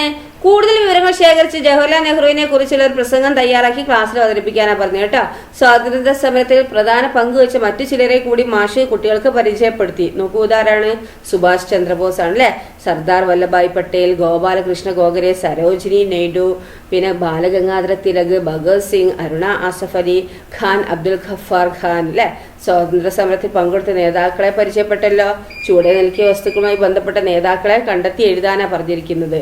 അപ്പൊ എന്താണ്? ഇന്ത്യൻ നാഷണൽ കോൺഗ്രസിന്റെ പ്രസിഡന്റായ ആദ്യ വനിത, ഇന്ത്യയുടെ വാനമ്പാടി എന്നറിയപ്പെട്ടു. ആരാണ് ഇന്ത്യയുടെ വാനമ്പാടി? സരോജിനി നായിഡു ആണ് കേട്ടോ. പിന്നെ ബ്രിട്ടീഷുകാർക്കെതിരെ ധീരതയോടെ ആയുധമെടുത്ത് പോരാടി 23-ാം വയസ്സിൽ തൂക്കിലേറ്റപ്പെട്ടു. ആരാണ്? ഭഗവത് സിംഗ് ആണ് കേട്ടോ. എന്താണ്? ഭഗത് സിംഗ്. ഓക്കെ, അടുത്ത എന്താണ്? ക്വിറ്റ് ഇന്ത്യ സമരത്തിന്റെ രാജ്ഞി, ഇന്ത്യൻ സ്വാതന്ത്ര്യ സമരത്തിന്റെ വന്ധ്യ വയോധിക എന്നിങ്ങനെ വിളിക്കപ്പെടുന്നു. ആരാണ്? അരുണ ആസഫ് അലിയാണ് കേട്ടോ. ഓക്കെ, എന്താണ്? ക്വിറ്റ് ഇന്ത്യ സമരത്തിന്റെ രാജ്ഞി എന്നും ഇന്ത്യൻ സ്വാതന്ത്ര്യ സമരത്തിനെ വന്ധ്യ വയോധിക എന്നൊക്കെ പറഞ്ഞ ആരാണ്? നമ്മുടെ അരുണ ആസഫ് അലിയാണ് കേട്ടോ. ഓക്കെ, നെക്സ്റ്റ് എന്താണ്? അവിടെ നാട്ടുരാജ്യങ്ങളെ ചേർത്ത് ഇന്ത്യ എന്ന രാജ്യം രൂപീകരിക്കുന്നതിന് മുഖ്യ പങ്ക് വഹിച്ചു. ഇന്ത്യയുടെ ഉരുക്കു മനുഷ്യൻ എന്നറിയപ്പെട്ടു. ഇന്ത്യയുടെ ഉരുക്കു മനുഷ്യൻ എന്നറിയപ്പെടുന്ന ആരാണ്? സർദാർ വല്ലഭായ് പട്ടേൽ കേട്ടോ. ഓക്കെ, സർദാർ വല്ലഭായ് പട്ടേലാണ് ഇന്ത്യയുടെ ഉരുക്കു മനുഷ്യൻ എന്നറിയപ്പെടുന്നത്. ഓക്കെ, അടുത്ത് ഇന്ത്യൻ നാഷണൽ ആർമി രൂപീകരിച്ച് ബ്രിട്ടീഷുകാർക്കെതിരെ പോരാടി നേതാജി എന്ന് വിളിക്കുന്നു. നേതാജി എന്ന് വിളിക്കുന്ന ആരെയാണ്? നമ്മുടെ സുഭാഷ് ചന്ദ്രബോസ് ആണ് കേട്ടോ. നേതാജി എന്ന് വിളിക്കുന്നത്. ഓക്കെ, അടുത്ത എന്താണ്? സ്വരാജ്യം എന്റെ ജന്മാവകാശമാണ്, ഞാൻ അത് നേടുക തന്നെ ചെയ്യുമെന്ന് പ്രഖ്യാപിച്ചു. ലോകമാന്യ എന്നറിയപ്പെടുന്നു. ആരാണ്? ബാലഗംഗാധര തിലക് കേട്ടോ. ഓക്കെ, നെക്സ്റ്റ് എന്താണ്? ഗാന്ധിജിയെ രാഷ്ട്രീയത്തിലേക്ക് നയിച്ച ഗുരു സെർവൻസ് ഓഫ് ഇന്ത്യ സൊസൈറ്റി എന്ന സംഘടന സ്ഥാപിച്ചു. ആരാണത്? ഗോപാലകൃഷ്ണ ഗോഖലെയാണ് കേട്ടോ. ഓക്കെ, ഗാന്ധിജിയുടെ ആദർശങ്ങൾ പിന്തുടർന്നു. അതിർത്തി ഗാന്ധി എന്ന പേരിൽ അറിയപ്പെട്ടു. ഖാൻ അബ്ദുൽ ഗഫാർ ഖാൻ ആണ് കേട്ടോ. ഖാൻ അബ്ദുൽ ഗഫാർ ഖാൻ ആണെന്ത്? ഈ അതിർത്തി ഗാന്ധി എന്ന പേരിൽ അറിയപ്പെടുന്നത്. ഓക്കെ, നിങ്ങൾക്ക് വായിക്കാൻ ടൈം ഉണ്ടെങ്കിൽ ഇത് വായിക്കാം. ഓരോരുത്തരെ കുറിച്ചിട്ടുമാണിത്. ഇപ്പോൾ ടീച്ചർ വായിച്ചാൽ എന്താണ് ടൈം കുറേ ഇതാവും, അതുകൊണ്ടാണ് ഇപ്പോൾ നിങ്ങൾ എന്താക്കുക പോസ്റ്റ് നോക്കിയിട്ട് ഇത് വായിക്കുക കേട്ടോ. സുഭാഷ് ചന്ദ്രബോസിൻ്റെ ആണ് ഇത്. ഇനി സർദാർ വല്ലഭായ് പട്ടേലിൻ്റെ ആണ് ഇത്. ഓക്കെ, ഗോപാലകൃഷ്ണ ഗോഖലേൻ്റെ ആണ് ഇത്. സരോജിനി നായിഡുവിൻ്റെ ആണ് ഇത്. ബാലഗംഗാധര തിലകിൻ്റെ ആണ് ഇത്. പോസ്റ്റ് നോക്കിയിട്ട് നിങ്ങൾ വായിക്കുക കേട്ടോ. ഭഗത് സിംഗിൻ്റെ ആണ് ഇത്. ഭഗത് സിംഗിൻ്റെ ആണ് ഇത് കണ്ടോ. ഇനി അരുണ ആസഫ് അലീൻ്റെ ആണ് ഇത്. ഖാൻ അബ്ദുൽ ഗഫാർ ഖാൻ്റെ ആണ് ഇത്. ഓക്കെ, അത് നിങ്ങൾ വായിക്കുക കേട്ടോ. ഓക്കെ, ദെൻ മറ്റ് സ്വാതന്ത്ര്യ സമര സേനാനികളുടെ ചിത്രങ്ങൾ ശേഖരിച്ച് ഒരു ചുമർ പത്രിക തയ്യാറാക്കാനാണ് പറഞ്ഞിരിക്കുന്നത്. നിങ്ങളുടെ നാട്ടിൽ സ്വാതന്ത്ര്യ സമരവുമായി ബന്ധപ്പെട്ട വിവരങ്ങൾ പങ്കുവയ്ക്കാൻ കഴിയുന്നവരുണ്ടെങ്കിൽ അവരുമായി അഭിമുഖം നടത്തി വിവരങ്ങൾ ശേഖരിക്കുക. സ്വാതന്ത്ര്യ സമരവുമായി ബന്ധമുള്ള സ്ഥലങ്ങൾ നിങ്ങളുടെ പ്രദേശത്ത് ഉണ്ടോ എന്നും കൂടി അന്വേഷിച്ചറിയാം. നിങ്ങളുടെ പ്രദേശത്തൊക്കെ സ്വാതന്ത്ര്യ സമരവുമായി ബന്ധമുള്ള സ്ഥലങ്ങൾ ഉണ്ടോ എന്ന് അന്വേഷിച്ചറിയാം. ഇനി ഇന്ത്യ സ്വാതന്ത്ര്യത്തിലേക്ക് വിനയ മാഷിൽ നിന്ന് ശേഖരിച്ച വിവരങ്ങൾ ഉൾപ്പെടുത്തി കുട്ടികൾ സ്വാതന്ത്ര്യ ദിന പതിപ്പ് തയ്യാറാക്കി. മേഘ ടീച്ചർ പ്രകാശനം ചെയ്തു. പതിപ്പിലെ വിവരങ്ങൾ വായിക്കൂ. അപ്പൊ വിനയ മാഷിൽ നിന്ന് ശേഖരിച്ച വിവരങ്ങൾ ഉൾപ്പെടുത്തി ഉണ്ടാക്കി കുട്ടികൾ സ്വാതന്ത്ര്യ ദിന പതിപ്പ് തയ്യാറാക്കി അല്ലെ. മേഘ ടീച്ചർ പ്രകാശനം ചെയ്ത പതിപ്പിലെ വിവരങ്ങൾ ഒന്ന് വായിക്കാൻ അല്ലെ. നോക്കിയ ഇതാണ്. സ്വാതന്ത്ര്യത്തിന് വേണ്ടി ഇന്ത്യയിലെമ്പാട് നിരവധി സമരങ്ങൾ സംഘടിക്കപ്പെട്ടു. ഗാന്ധിജിയെ പോലുള്ള നേതാക്കളുടെ വാക്കുകൾ സമരങ്ങൾക്ക് ആവേശം പകർന്നു. ഓക്കെ, ഇത് നെക്സ്റ്റ് ചില സമരങ്ങൾ കലാപങ്ങളായി മാറി. നിരവധി ആളുകൾ ബ്രിട്ടീഷുകാർക്കെതിരെ ആയുധമെടുത്ത് പോരാടി. അവരിൽ കൂടുതൽ പേർക്കും ജീവൻ നഷ്ടമായി. അടുത്തത്, സമരങ്ങൾക്ക് നേതൃത്വം നൽകിയ നേതാക്കൾ പലവട്ടം ജയിലിൽ അടയ്ക്കപ്പെട്ടു. അവർക്കൊപ്പം ആയിരക്കണക്കിന് ആളുകൾ അറസ്റ്റ് വരിച്ചു. ഇന്ത്യക്കാരുടെ മേൽ കഠിനമായ നിയമങ്ങൾ അടിച്ചേൽപ്പിക്കപ്പെട്ടു. ഒടുവിൽ നിരന്തരമായ സമരങ്ങളുടെയും ചർച്ചകളുടെയും ഫലമായി ഇന്ത്യയുടെ ഭരണം ഇന്ത്യക്കാർക്ക് കൈമാറാൻ ബ്രിട്ടീഷുകാർ നിർബന്ധിതരായി. 1947 ഓഗസ്റ്റ് 15 ബ്രിട്ടീഷുകാരുടെ ഭരണത്തിൽ നിന്ന് ഇന്ത്യ സ്വാതന്ത്ര്യം നേടിയതായി പ്രഖ്യാപിക്കപ്പെട്ടു. സ്വതന്ത്ര ഇന്ത്യയുടെ ആദ്യ പ്രധാനമന്ത്രിയായി ജവഹർലാൽ നെഹ്റു സത്യപ്രതിജ്ഞ ചെയ്തു അധികാരമേറ്റു. ഈ അർദ്ധരാത്രിയിൽ ലോകം നിദ്രയിലായിരിക്കുമ്പോൾ ഇന്ത്യ സ്വാതന്ത്ര്യത്തിലേക്കും ജീവിതത്തിലേക്കും ഉണരുകയാണ്. അദ്ദേഹം ആവശ്യത്തോടെ പ്രസംഗിച്ചു. ആര്? നമ്മൾ ജവഹർലാൽ നെഹ്റു അല്ലെ. ഇന്ത്യക്ക് സ്വാതന്ത്ര്യം ലഭിച്ചതുമായി ബന്ധപ്പെട്ട വസ്തുക്കൾ വായിച്ചല്ലോ. സ്കൂൾ ലൈബ്രറി ഉപയോഗപ്പെടുത്തി കൂടുതൽ വിവരങ്ങൾ കണ്ടെത്തുക. താഴെ നൽകിയ പ്രസ്താവനകൾക്ക് നേരെ ഉചിതമായ അടയാളം നൽകുക. അനേകം ആളുകൾ ജീവൻ നഷ്ടപ്പെടുത്തി നേടിയതാണ് ഇന്ന് നാം അനുഭവിക്കുന്ന സ്വാതന്ത്ര്യം. അതേലെ, അപ്പൊ ടിക്കിടുക. നമുക്ക് സ്വാതന്ത്ര്യം നേടിത്തന്ന സമര നേതാക്കളെ നാം ആദരവോടെ ഓർക്കേണ്ടതുണ്ട് അല്ലെ. അപ്പോൾ ടിക്കിടുക അല്ലെ. നമുക്ക് ലഭിച്ച സ്വാതന്ത്ര്യം നാം സംരക്ഷിക്കുകയും പങ്കുവെക്കുകയും വേണം. അതും ടിക്കിടുക അല്ലെ. ഇന്ത്യക്കാരെന്ന നിലയിൽ ഞാൻ അഭിമാനിക്കുകയും രാജ്യസ്നേഹം പുലർത്തുകയും വേണം. അതും ടിക്കിടുക അല്ലെ. എല്ലാ വർഷവും സ്വാതന്ത്ര്യ ദിനം നാം സമുചിതമായി ആഘോഷിക്കണം അല്ലെ. അതും ടിക്കിടുക അല്ലെ. എന്നാണ് സ്വാതന്ത്ര്യ ദിനം? ഓഗസ്റ്റ് 16 ഓഗസ്റ്റ് 15 അല്ലെ. സോറി, ഓഗസ്റ്റ് 15 എന്ത്? നമ്മളെ സ്വാതന്ത്ര്യ ദിനം അല്ലെ. ഓക്കെ, അപ്പൊ എന്താണ്? 1947 ഓഗസ്റ്റ് 15 എന്ത്? നമ്മളെ സ്വാതന്ത്ര്യ ദിനം അല്ലെ. സ്വാതന്ത്ര്യം ലഭിച്ചതുമായി ബന്ധപ്പെട്ട പത്രവാർത്തകളും ചിത്രങ്ങളും ഇന്റർനെറ്റിൽ നിന്ന് ശേഖരിച്ച് ടീച്ചറുടെ സഹായത്തോടെ ഒരു ഡിജിറ്റൽ ആൽബം തയ്യാറാക്കാനാണ് പറഞ്ഞിരിക്കുന്നത്. ഇന്ത്യയുടെ ഭരണഘടന നോക്കാം നമുക്ക് അല്ലെ. നോക്കിയാ, ഇന്ത്യയുടെ ഭരണഘടനയാണ് കേട്ടോ. നമ്മൾ പാഠപുസ്തകത്തിന്റെ ആദ്യ ഭാഗത്തും അവസാന ഭാഗത്തും ഭരണഘടന എന്ന തലക്കെട്ടിൽ ചില വിവരങ്ങൾ ഉൾപ്പെടുത്തിയിട്ടുള്ളത് ശ്രദ്ധിച്ചിട്ടുണ്ടാകുമല്ലോ. അത് വായിക്കൂ. ഏതാ നോക്ക. നമ്മളെ ചാപ്റ്ററിന്റെ ബുക്കിന്റെ ഫസ്റ്റില് നോക്കിയ ഇവിടെ ഭാരതത്തിന്റെ ഭരണഘടന അല്ലെ. ആമുഖം എന്നൊക്കെ പറഞ്ഞ് എഴുതി കണ്ടത്. അതൊന്ന് വായിച്ചു നോക്കൂ. നിങ്ങളുടെ ടെക്സ്റ്റിലുള്ളത് ഒന്ന് വായിക്കുക കേട്ടോ.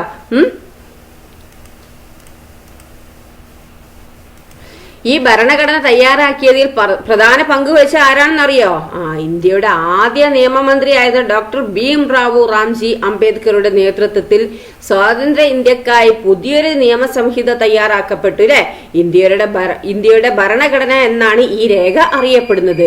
എന്താണ്? ഇന്ത്യയുടെ ആദ്യ നിയമമന്ത്രിയായിരുന്ന ആരാണ്? ഡോക്ടർ ഭീംറാവു റാംജി അംബേദ്കർ. നമ്മൾ അംബേദ്കർ എന്ന് വിളിക്കൂലേ, ഡോക്ടർ അംബേദ്കർ എന്ന് വിളിക്കൂലേ അദ്ദേഹം അല്ലെ. അദ്ദേഹത്തിന് മുഴുവൻ പേരെന്താണ്? ഭീംറാവു റാംജി അംബേദ്കറുടെ നേതൃത്വത്തിലാണ് അദ്ദേഹം സ്വാതന്ത്ര്യ ഇന്ത്യക്കായി പുതിയൊരു നിയമസംഹിത തയ്യാറാക്കപ്പെട്ടത് അല്ലെ.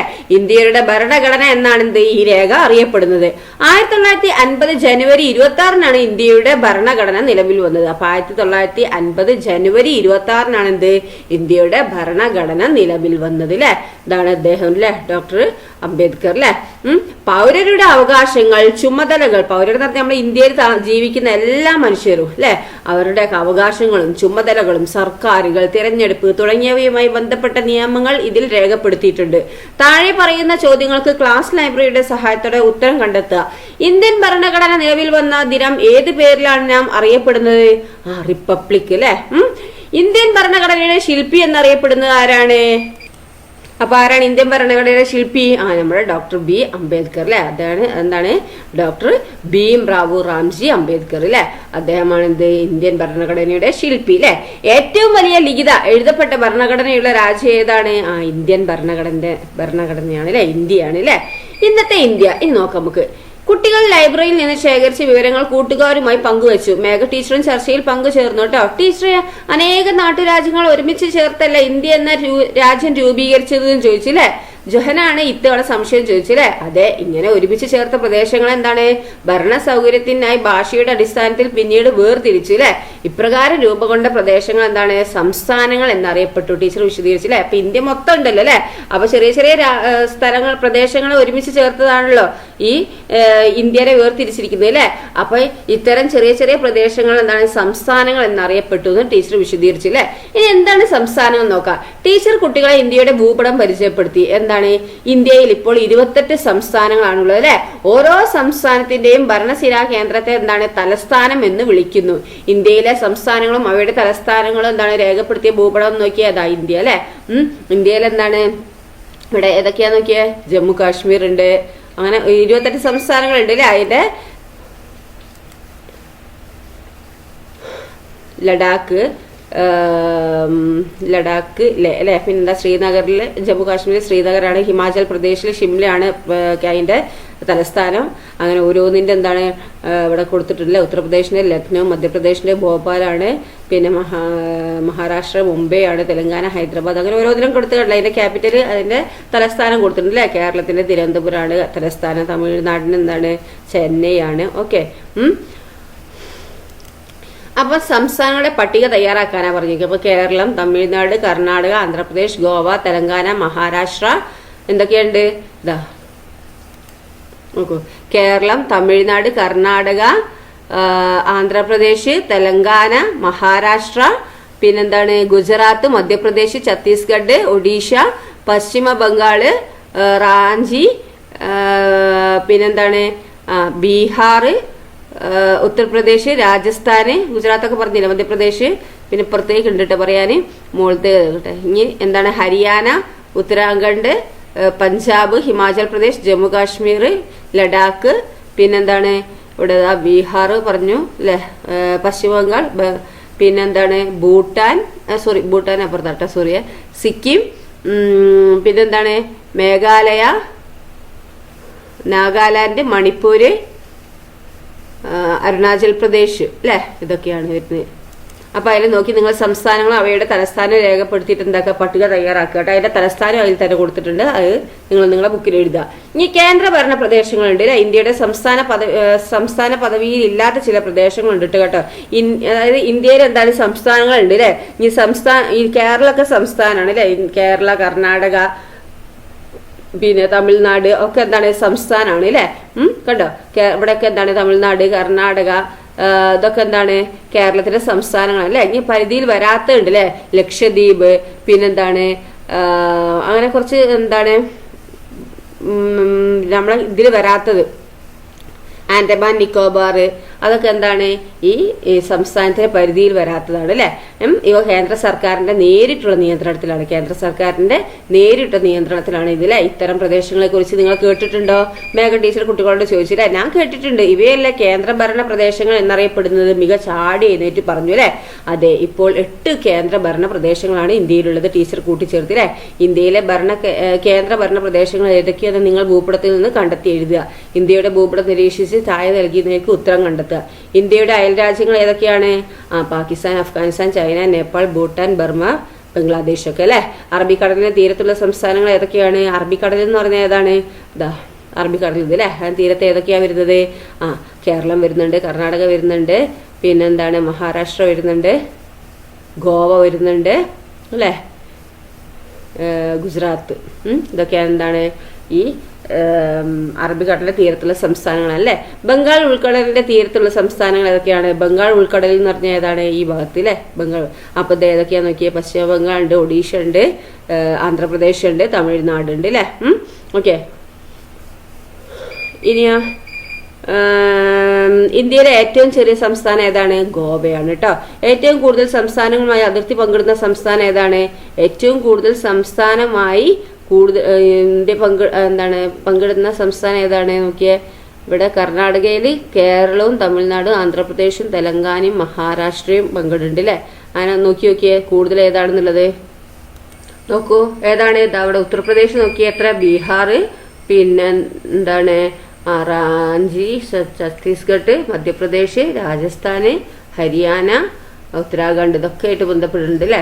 ഒക്കെ ബന്ധപ്പെട്ട് കിടക്കുന്നത്. ഇത്രയും സംസ്ഥാനം കൂടുതലുള്ള ഏതാണ്? ഉത്തർപ്രദേശാണ് കേട്ടോ. ഓക്കെ. ദെൻ അടുത്ത എന്താന്ന് നോക്കിയേ? താഴെ നൽകിയിരിക്കുന്ന പദപ്രശ്നം പൂർത്തിയാക്കാനാണ് പറഞ്ഞിരിക്കുന്നത് കേട്ടോ. അപ്പൊ ചോദ്യം വലത്തോട്ട്. കേരളത്തിന്റെ അയൽ സംസ്ഥാനം ബാംഗ്ലൂരിലാണ് തലസ്ഥാനം. അപ്പൊ എന്താണ് കേരളത്തിന്റെ അയൽ സംസ്ഥാനം ഏതാണ്? കേരളത്തിന്റെ അയൽ സംസ്ഥാനം എന്ന് പറയുമ്പം ബാംഗ്ലൂരു ആണ്. അതിന്റെ ഇത് എന്ന് പറയുമ്പോൾ കർണാടകയാണ് കേട്ടോ. ഓക്കെ. അപ്പൊ ഇവിടെ എന്താക്കുക? നിങ്ങൾ കർണാടക എന്ന് എഴുതുക. ഒന്ന് വലത്തോട്ടല്ലേ, ഇത് കർണാടക എഴുതുക. അറബിക്കടലിന്റെ തീരത്താണ് സ്ഥാനം. ഗുജറാത്തുമായി അതിർത്തി പങ്കിടുന്നു. ഏതാണ്? അറബിക്കടലിന്റെ തീരത്താണ് ഗുജറാത്ത് ആയിട്ട് അല്ലെ പങ്കിടുന്നു പറയുന്നത്. ഏതാണ്? ഇതാണ് ഗുജറാത്ത്, അറബിക്കടലിന്റെ തീരത്ത്. അപ്പൊ ഏതാണ്? മഹാരാഷ്ട്ര അല്ലെ. ഓക്കെ. ഇനി അയൽ രാജ്യമായ മ്യാൻമറുമായി അതിർത്തിയുണ്ട്. ത്രിപുരയോട് ചേർന്നാണ് സ്ഥാനം. നിങ്ങൾ ആ ഭൂപടത്തിൽ നോക്കി ഏതാ വരുന്നത്? മിസോറാം അല്ലെ. അടുത്ത് കൊഹിമ ഈ സംസ്ഥാനത്തിന്റെ തലസ്ഥാനമാണ്. ഭൂപടത്തിൽ നോക്കിയാൽ ഏതാ കിട്ടുന്നത്? എന്താണ്? അയൽരാജ്യമായ മ്യാൻമറുമായി ത്രിപുരയോട് ചേർന്ന് അതെന്താണ്? മിസോറാം അല്ലെ. പിന്നെന്താണ്? കൊഹിമ ഈ സംസ്ഥാനത്തിന്റെ തലസ്ഥാനമാണ്. അപ്പൊ എന്താണ്? കേരളത്തിന്റെ അയൽ സംസ്ഥാനം ബാംഗ്ലൂരിലാണ്. തലസ്ഥാനം ഏതാണ്? കർണാടക. അറബിക്കടലിൽ തീരത്താണ് സ്ഥാനം. ഗുജറാത്തുമായി അതിർത്തി പങ്കിടുന്നു. അതേതാണ്? മഹാരാഷ്ട്ര. പിന്നെന്താണ്? അയൽ രാജ്യമായ മ്യാൻമറുമായി അതിർത്തിയുണ്ട്. ത്രിപുരയോട് ചേർന്നാണ് സ്ഥാനം. ഏതാണ്? മിസോറാം. പിന്നെന്താണ്? കൊഹിമ ഈ സംസ്ഥാനത്തിന്റെ തലസ്ഥാനമാണ്. ഏത്? നാഗാലാൻഡ് അല്ലെ. ബംഗ്ലാദേശുമായി അതിർത്തിയുണ്ട്. ആസാമിന്റെ അയൽ സംസ്ഥാനം മേഘാലയ. നിങ്ങൾ ആ മാപ്പിൽ നോക്കിയാൽ നിങ്ങൾക്ക് മനസ്സിലാവും ഇതിന്റെയൊക്കെ ആൻസർ കേട്ടോ.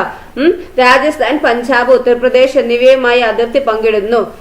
രാജ്യ തലസ്ഥാനമായ ഡൽഹിയോട് ചേർന്നാണ്. ഏതാ? ഹരിയാന. പിന്നെ അടുത്ത എന്താണ്? താഴോട്ടേക്ക് അല്ലെ. വലുപ്പത്തിൽ രണ്ടാമതുള്ള ഈ സ്ഥാനം ഇന്ത്യയുടെ മധ്യഭാഗത്താണ്. ഏതാണ്? മധ്യപ്രദേശ്. ഇന്ത്യയിലെ ഏറ്റവും വലിയ സംസ്ഥാനം ഏതാണ്? രാജസ്ഥാനാണ് അല്ലെ. കേരളത്തിന്റെ അയൽ സംസ്ഥാനമാണ്. ചെന്നൈയിലാണ് തലസ്ഥാനം. ഏതാണ്? തമിഴ്നാട്. ഈ സംസ്ഥാനത്താണ് ഹൈദരാബാദ് സ്ഥിതി ചെയ്യുന്നത്. ഏതാണ്? തെലങ്കാന അല്ലെ.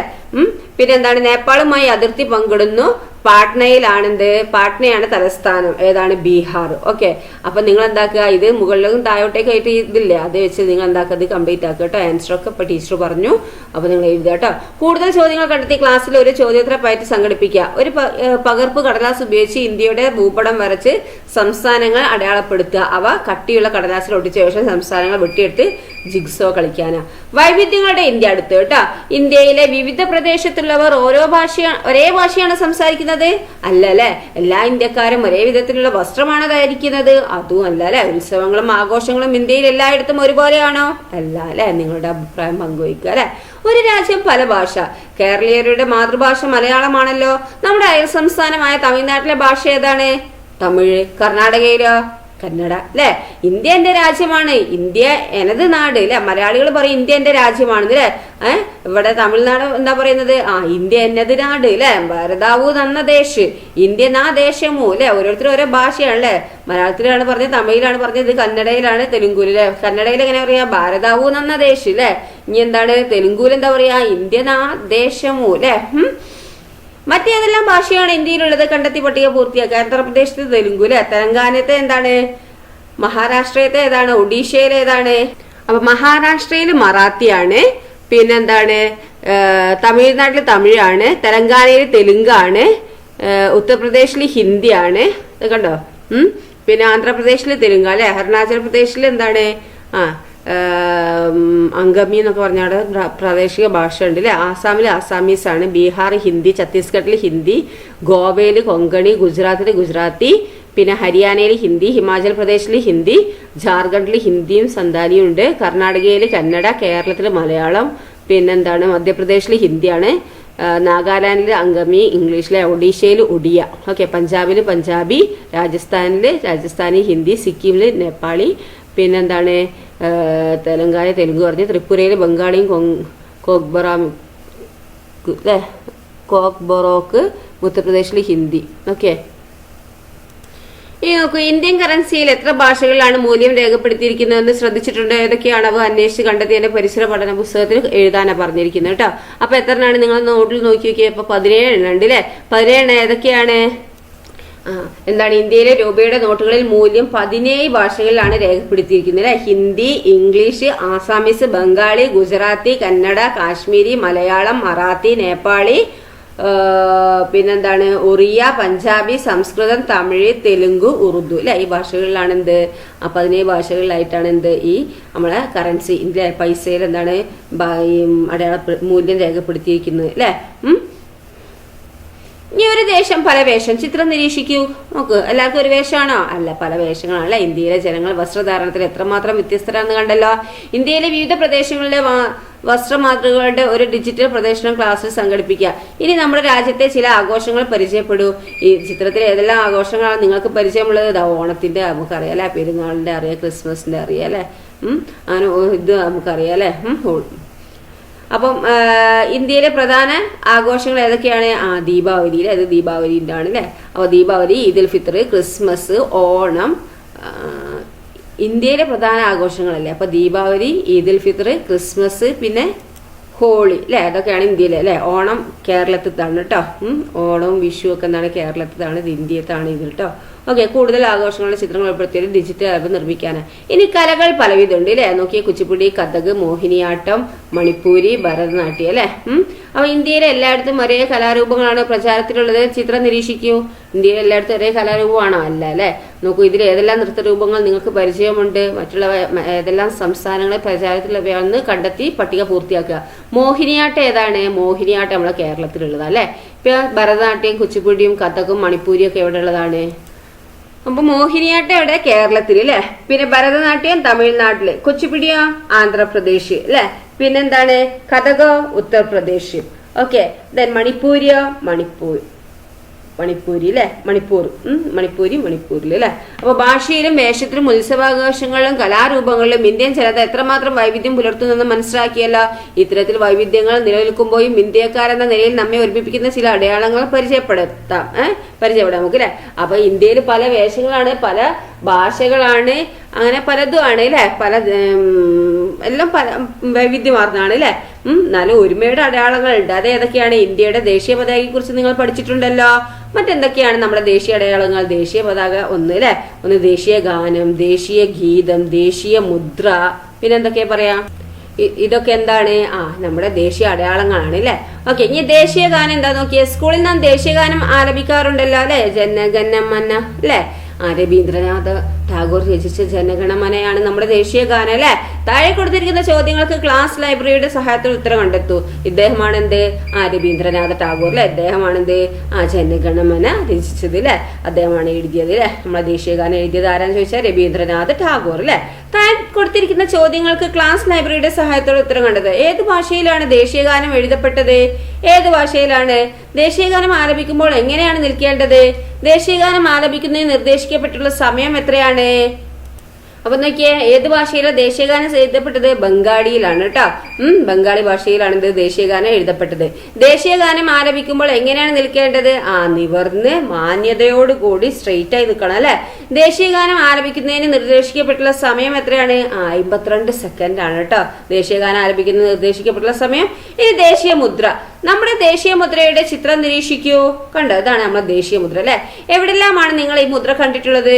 അശോക ചക്രവർത്തി ഉത്തർപ്രദേശിലെ സാരാനാഥിൽ സ്ഥാപിച്ച സ്തൂപത്തിൽ നിന്ന് സ്വീകരിച്ചിട്ടുള്ളതാണ് എന്ത്? ഇന്ത്യയുടെ ദേശീയ മുദ്ര അല്ലെ. 4 ദിക്കിലേക്കുമായി നോക്കി നിൽക്കുന്ന സിംഹങ്ങളാണ് ഈ മുദ്രയിൽ പ്രധാനമായുള്ളത് അല്ലെ. ചുവടെ മധ്യത്തിലായി കാണുന്ന ധർമ്മചക്രമാണ് എന്ത്? അശോക ചക്രം. കണ്ട, അശോക ചക്രം അല്ലെ. അശോക ചക്രത്തിൽ എത്ര? 24 ആരക്കാലുകൾ ഉണ്ട് അല്ലെ. 24 ആരക്കാരാണ് ഈ അശോക ചക്രത്തിലുള്ളത് അല്ലെ.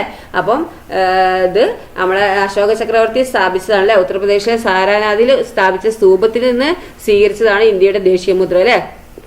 ഇതിൽ എന്താ? 4 ദിക്കിലേക്കുമായി നോക്കി നിൽക്കുന്ന സിംഹങ്ങളാണ് ഈ മുദ്രയിൽ പ്രധാനമായുള്ളത്. താഴെ പറയുന്ന ചോദ്യങ്ങൾക്ക് ഉത്തരം കണ്ടെത്തുക. മുദ്രയുടെ ചുവട്ടിൽ രേഖപ്പെടുത്തിയുള്ള വാക്യം ഏത്? അതിന്റെ അർത്ഥം എന്ത് അല്ലെ? സത്യമേവ ജയതേ അല്ലെ. സത്യമേവ ജയതേ എന്നാണ് ഈ രേഖപ്പെടുത്തിയിരിക്കുന്നത് അല്ലെ. അതിന്റെ അർത്ഥം എന്താണ്? സത്യം വിജയിക്കട്ടെ അല്ലെ. എന്താണ് സത്യമേവ ജയതേ? സത്യമാണ് വിജയിക്കേണ്ടത് അല്ലെ. പിന്നെ മുദ്രയിൽ കാണുന്ന മറ്റു മൃഗങ്ങൾ ഏതെല്ലാണ്? സിംഹം ഉണ്ട് അല്ലെ, അതുണ്ട്. പിന്നെ ഏതൊക്കെയുള്ളത്? കുതിര ഉണ്ട്, കാള ഉണ്ട്, ആന ഉണ്ട്, ഇവയൊക്കെയാണ് ഇതിൽ കാണുന്നത് അല്ലെ. ഓക്കെ, ദെൻ ഈ ദേശീയ ഗീതം ബങ്കിം ചന്ദ്ര ചാറ്റർജി എഴുതിയ വന്ദേ മാതരമാണെന്ത്? നമ്മുടെ ദേശീയ അല്ലെ. വന്ദേ മാതരം കേട്ടില്ലേ? അതാണ് നമ്മുടെ ദേശീയ ഗീതം അല്ലെ. ബങ്കിം ചന്ദ്ര ചാറ്റർജിയാണ് ഇത് എഴുതിയല്ലേ. ബംഗാളി ഭാഷയിൽ സംസ്കൃത പദങ്ങളും ചേർത്താണ് അല്ലെ ഇവ എഴുതിയിരിക്കുന്നത് അല്ലെ. ബംഗാളി ഭാഷയിൽ എന്താണ്? സംസ്കൃത പദങ്ങളും ചേർത്താണ് ഇത് എഴുതിയിരിക്കുന്നത് അല്ലെ. അസംബ്ലിയിൽ കൂട്ടുകാരുമൊത്ത് ദേശീയ ഗീതം ഒന്ന് ആലപിക്കുക കേട്ടോ. മറ്റ് ദേശീയ അടയാളങ്ങൾ ഏതൊക്കെയാന്ന് കണ്ടെത്തൂ. അവയുടെ ചിത്രങ്ങളും വിവരങ്ങളും ശേഖരിച്ച് ക്ലാസ്സിലെ പരിസര മൂലയിൽ പ്രദർശിപ്പിക്കുക കേട്ടോ. നമ്മുടെ രാജ്യത്തോടുള്ള സ്നേഹവും ആദരവും ദേശീയ അടയാളങ്ങളോടും നാം പ്രകടിപ്പിക്കണം അല്ലെ. ദേശീയ അടയാളങ്ങളോട് അനാദരവ് പുലർത്തുന്നത് എന്താണ്? ശിക്ഷാർഹമാണ് അല്ലെ. നമ്മുടെ രാജ്യത്തോടുള്ള സ്നേഹവും ആദരവും എന്താണ്? നമ്മുടെ ദേശീയ അടയാളങ്ങളോടും എന്താണ് നമ്മൾ പ്രകടിപ്പിക്കണം അല്ലെ. ദേശീയ അടയാളങ്ങളോട് അനാദരവ് പുലർത്തുന്നത് എന്താണ്? ശിക്ഷാർഹമാണ് അല്ലെ. ഇന്ത്യ നമ്മുടെ അഭിമാനം. ബ്രിട്ടീഷുകാരുടെ അടിമത്തത്തിൽ നിന്ന് ഇന്നത്തെ ഇന്ത്യയിലേക്ക് നാം സഞ്ചരിച്ചെത്തിയ വഴികൾ മനസ്സിലാക്കിയല്ലോ. അപ്പൊ ബ്രിട്ടീഷുകാരുടെ അടിമത്തത്തിൽ നിന്ന് എന്താണ് ഇന്നത്തെ ഇന്ത്യയിലേക്ക് നാം തിരിച്ചെത്തിയ സഞ്ചരിച്ചെത്തിയ വഴികൾ നമ്മൾ മനസ്സിലാക്കി അല്ലെ. അനേകമായിരങ്ങളുടെ ജീവൻ നഷ്ടപ്പെടുത്തി നേടിയ സ്വാതന്ത്ര്യമാണ് അല്ലെ ഇത്. ഒരുപാട് ആയിരക്കണക്കിന് മനുഷ്യരുടെ ജീവൻ നഷ്ടപ്പെടുത്തി നേടിയ സ്വാതന്ത്ര്യമാണ് നമുക്കിപ്പോൾ ഉള്ളത് അല്ലെ. പല നാടുകളിലായി ഭാഷയിലും വേഷത്തിലും ജീവിത രീതികളിലും എല്ലാം വ്യത്യസ്തരായ ഇന്ത്യക്കാരാണ് അല്ലെ. ഈ വൈവിധ്യങ്ങൾക്കിടയിലും ഇന്ത്യക്കാർ എന്ന നിലയിൽ നാം എന്താണ് ഒന്നായിരിക്കുന്നു അല്ലെ. ഈ ഐക്യബോധമാണിത് നാനാത്വത്തിൽ ഏകത്വം അല്ലെ. യൂണിറ്റി ഇൻ ഡൈവേഴ്സിറ്റി, ഇന്ത്യ നമ്മുടെ അഭിമാനം എന്ന് പറയുന്നത് അല്ലെ. ഒരേ സ്വരത്തിൽ നമുക്ക് ഒരുമിച്ച് പറയാം അല്ലെ. ഇന്ത്യ എന്റെ രാജ്യം, എന്റെ സ്വന്തം രാജ്യം, ഇന്ത്യ എന്റെ ജീവനേക്കാൾ ജീവനായ രാജ്യം അല്ലെ. ഇനി നമുക്ക് എന്താക്കാം അങ്ങനെ പറയാം അല്ലെ. ഇന്ത്യ എന്റെ രാജ്യം, എന്റെ സ്വന്തം രാജ്യം, ഇന്ത്യ എന്റെ ജീവനേക്കാൾ ജീവനായ രാജ്യം നമുക്ക് ഒരുമിച്ച് ഒരേ സ്വരത്തിൽ നമുക്ക് പറയാൻ പറ്റൂ അല്ലെ. ഓക്കെ. അപ്പൊ ഇവിടെ നമുക്ക് വിലയിരുത്താൻ ചേരുമ്പടി ചേർക്കാനാ പറഞ്ഞല്ലേ. ഇന്ത്യയുടെ സ്വാതന്ത്ര്യ ദിനം എന്നാണ്? 1947 ഓഗസ്റ്റ് എന്താണ്? ഓഗസ്റ്റ് 15 അല്ലെ. ഓക്കെ. അടുത്തത് ഇന്ത്യൻ ഭരണഘടന നിലവിൽ വന്ന ദിനം എന്നാണ്? ഇന്ത്യൻ ഭരണഘടന നിലവിൽ വന്നത് എന്നാണ്?